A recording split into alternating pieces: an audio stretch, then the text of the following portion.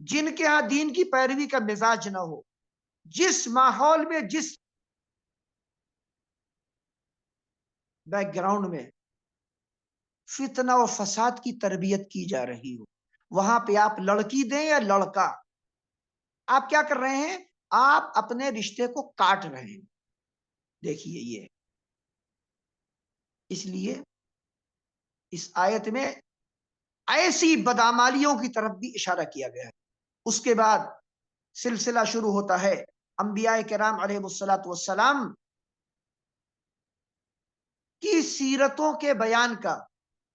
سورہ انعام اس سے پہلے کی سورت ہے، اس سورت میں اللہ تعالیٰ نے انبیاء کرام علیہ الصلوۃ والسلام کا تذکرہ اجمالاً کیا تھا، اور آگے چل کے اس اجمال کی کچھ تفصیل سورہ اعراف میں بیان کی ہے، اور آئندہ سورہ ہود میں بھی پھر آ رہی ہے انشاءاللہ۔ تو سورہ اعراف میں اللہ نے پھر ذکر کیا کس کا؟ نوح علیہ الصلوۃ والسلام کا کیا، وہاں سے ابتدا کی، بتایا کہ ہم نے نوح علیہ الصلوۃ والسلام کو توحید کا پیغام دے کے بھیجا، اور کہا کہ آپ اعلان کیجئے کہ آپ اللہ کے رسول ہیں، آپ خیر خواہ ہیں اپنی امت، اپنی قوم کے۔ لوگوں نے کہا بھائی ہم تو نہیں ماننے والے۔ 950 سال انہوں نے دعوت کا کام کیا، صبر کے ساتھ کیا، رات اور دن ان لوگوں کو بتاتے سمجھاتے رہے۔ انہوں نے کہا ہم نہیں مانیں گے اے نوح، ہم نہیں مانیں گے، آپ نے ہمارے ساتھ بڑی پنچایت کر لی، اب آپ ہم کو عذاب دکھائیے۔ انہوں نے کہا کوئی بات نہیں، آپ کو نہیں ماننا ہے، جہنم آپ کا انتظار کر رہی ہے۔ اس کے بعد اللہ تعالیٰ سے انہوں نے دعا کی، پروردگار اس قوم پر میں نے حجت قائم کر دی، میں نے ان کی مشقتیں بہت برداشت کی، اور ان میں سے اب لوگ ایمان لانے والے نہیں، اب تو ان کو عذاب نازل کر کے تباہ کر دے۔ رب العالمین نے وہ دعا قبول کی، اور اس کے بعد کشتی بنانے کا حکم دیا نوح علیہ الصلوۃ والسلام کا۔ کشتی بنا رہے تھے وہ، اور قوم کے لوگ گزرتے، ارے نوح کیا اسٹائل ہے، ریگستان میں کشتی چلواؤ گے؟ کشتی بھی نہیں، بہت بڑا جہاز تھا وہ، بہت بڑا جہاز تھا، ابھی مل گیا ہے وہ، اس کے ٹکڑے موجود ہیں جودی پہاڑ پر، اسے آپ گوگل پہ بھی تلاش کر سکتے ہیں کہ کہاں پر ہے، کیسے۔ تو بہرحال بہت بڑا جہاز تھا، جس میں تمام ایمان لانے والوں کے لیے جگہ بنائی گئی، کمرے بنائے گئے، رہائش کی تمام جگہیں اور ضروریات سب وہاں فراہم کی گئی، کھانے پینے کی اشیاء انہوں نے جمع کر کے رکھ لی، اور جانوروں میں سے اللہ تعالیٰ نے کہا ہر جانور میں سے ایک ایک جوڑا آپ لے لیجئے، رکھ لیجئے۔ تو ان کی قوم کے لوگ گزرتے، کہتے نوح یہ کشتی کیا یہ اسی ریگستان میں چلواؤ گے کیا، یا یہاں سے کھینچ کر کے وہ آپ کے جنات وغیرہ پکڑ کے لے کے جائیں گے کسی بہت بڑے سمندر میں؟ انہوں نے کہا انتظار کرو، انتظار کرو، وہ دن دور نہیں ہے جب تم کو میری کشتی یاد آئے گی کہ کاش ہم بھی بیٹھ جائیں، ہم بھی سوار ہو جائیں کاش، تو اس دن جب تمہیں سمجھ میں آئے گا نا، تب میں تم کو بتاؤں گا۔ تو بہرحال اللہ تعالیٰ نے پھر طوفان بھیجا، آسمان سے بارش، اور زمین کے سوتے اللہ تعالیٰ نے کھول دیے، اور اوپر سے پانی، نیچے سے پانی، پوری زمین پانی سے بھر گئی، اور سارے کافر ڈوب مرے، اور اللہ نے ایمان والوں کو بچایا، اور اس کے بعد اعلان کیا اور بتایا کہ دنیا والوں، جیسے میں نے قوم نوح کے ایمان والوں کو بچایا، اسی طریقے سے جو لوگ بھی میرے پیارے حبیب محمد صلی اللہ علیہ وسلم پر ایمان لائیں گے اور ان کی تابعداری کریں گے، ان سے حقیقی محبت کریں گے، میں ان کو بھی نجات دوں گا۔ یہ یہاں پر اعلان کیا جا رہا ہے۔ اس کے فوراً بعد اللہ تعالیٰ نے قوم عاد کا ذکر کیا، اور کہا ہم نے ان کی طرف اپنے بندے ہود کو بھیجا، ہود علیہ السلام، انہوں نے وہی دعوت دی جو نوح علیہ السلام نے دی۔ ان کی قوم نے پھر مذاق اڑایا اور کہا اللہ تعالیٰ کو کوئی اور نہیں ملا تھا کیا بنانے کے لیے کہ تمہارے علاوہ کسی اور کو پیغمبر بنا کے بھیجتا؟ بھائی آپ میں ایسی کون سی خوبصورتی ہے، اور یہ کون سے آپ بہت بڑے سیٹ ہیں اور بہت بڑے مالدار ہیں، یا آپ کی کیا خصوصیت ہے، ہمیں بھی تو بنا سکتا تھا۔ یہی وہ بحث و جدال تکرار کرتے رہے ہود علیہ السلام کے ساتھ، اور پھر انہوں نے کہہ دیا ہم نہیں مانیں گے آپ کی بات۔ چند لوگ ان پر ایمان لے آئے، اس کے بعد اللہ نے ان پر بھی عذاب بھیجا، کس پر؟ قوم عاد کے اوپر، اور بڑے طاقتور تھے قوم عاد کے لوگ، بڑے طاقتور، اور کہتے تھے ہم سے زیادہ طاقتور کون ہے؟ تو اللہ تعالیٰ نے آیت اتاری اور کہا جس نے تمہیں پیدا کیا وہ تم سے زیادہ طاقتور ہے، تمہیں غرور اور کبر ہے۔ اس سے اللہ تعالیٰ پیغام دے رہا ہے کہ اپنی طاقت پر، اپنی دولت پر، اپنی کسی بھی نعمت پر جو تمہیں اللہ نے دی ہے، کبھی بھی تکبر اور غرور مت کرنا، ورنہ وہی حشر ہوگا تمہارا جو قوم عاد اور قوم سمود اور قوم نوح کا ہوا۔ خیر، اللہ نے تیز اور تباہ کن آندھی بھیجی، اور بھیج کر کے تباہ کر دیا قوم عاد کو، اور ہود علیہ السلام اور ایمان والوں کو اللہ نے بچا لیا، ان سے کہا آپ نکلیے یہاں سے، وہ نکل گئے۔ اس کے بعد اللہ تعالیٰ نے ذکر کیا ہے قوم سمود کا، اور بتایا کہ ہم نے ان کی ہدایت کے لیے اپنے رسول، اپنے محبوب بندے صالح کو بھیجا، جو اپنے نام کی طرح صالح انسان پہلے سے تھے، اور ان کی قوم بھی گواہی دیتی تھی کہ آپ تو بڑے نیکوکار آدمی، لیکن آپ کو یہ نبوت اور پیغمبری اور اللہ تعالیٰ کی عبادت، یہ سب باتیں کہاں سے پتہ چلی؟ آپ تو ٹھیک ٹھاک لگ رہے تھے، قد کنت فینا مرجوا قبل ھذا، وہ کہنے لگے ہم تو بڑی امیدیں لگائے ہوئے تھے آپ سے، اور آپ یہ نئی نئی باتیں کرنے لگے، ہم تو ایک نہیں مانیں گے آپ کی، آپ ہم کو معجزہ دکھائیے۔ بھائی معجزے میرے پاس تو نہیں، معجزے اللہ تعالیٰ کے پاس ہے، وہ جو چاہے گا کرے گا۔ انہوں نے اللہ تعالیٰ سے دعا کی، رب تعالیٰ نے کہا ٹھیک ہے، ان سے پوچھو کہ ان کو کون سا معجزہ چاہیے۔ وہ کہنے لگے کہ ہمیں جو ہے آپ ایک اونٹنی جو ہے وہ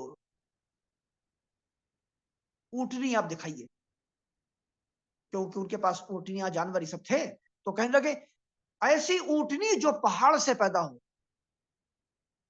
پہاڑ سے،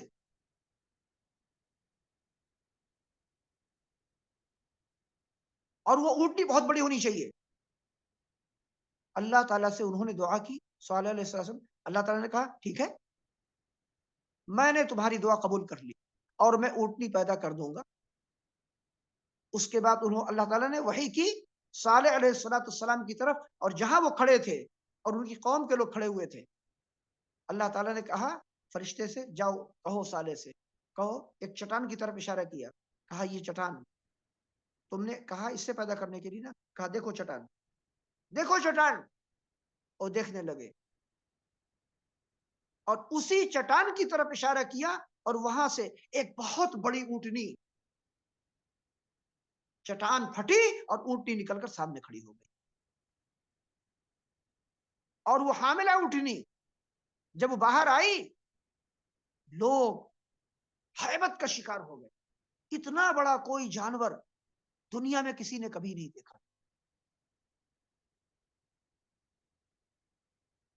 تو یہ جو جگہ ہے قوم سمود کی، اس جگہ کو کہا جاتا ہے مدائن صالح، سعودی عرب میں ہے یہ، خیبر سے جب آگے جائیں گے تقریباً 200 کلومیٹر، وہاں پہ قریب میں ایک شہر، اس کا نام ہے العلا، کبھی جائیے تو حکومت کی اجازت لے کر کے اندر جا سکتے ہیں، دیکھ سکتے ہیں۔ الحمدللہ وہاں جانا ہوا عبد فقیر کا، اور جا کر میں نے وہاں کافروں کی جگہ، ان کے پہاڑ، ان کے مقامات اور ان کی پارلیمنٹ، سب کا نظارہ کیا الحمدللہ۔ اور اس اونٹنی کو جس چٹان کے اندر کھوٹے میں باندھا جاتا تھا، کھوٹے کے، وہ کھوٹا کتنا بڑا تھا؟ وہ کوئی کھوٹا ہی نہیں تھا، وہ ایک بہت بڑی چٹان تھی، وہ بہت بڑی چٹان۔ آپ اندازہ کیجئے کہ اونٹنی کتنی بڑی رہی ہوگی۔ اس اونٹنی کا جو دودھ نکلتا تھا، اس کو وہاں پر محفوظ کیا جاتا تھا۔ جہاں پہ کنواں ہے، اسی کنویں کے قریب میں کنواں بھی تک ہے، اور وہاں پہ ایک بہت بڑا تالاب ہے، بہت بڑا حوض۔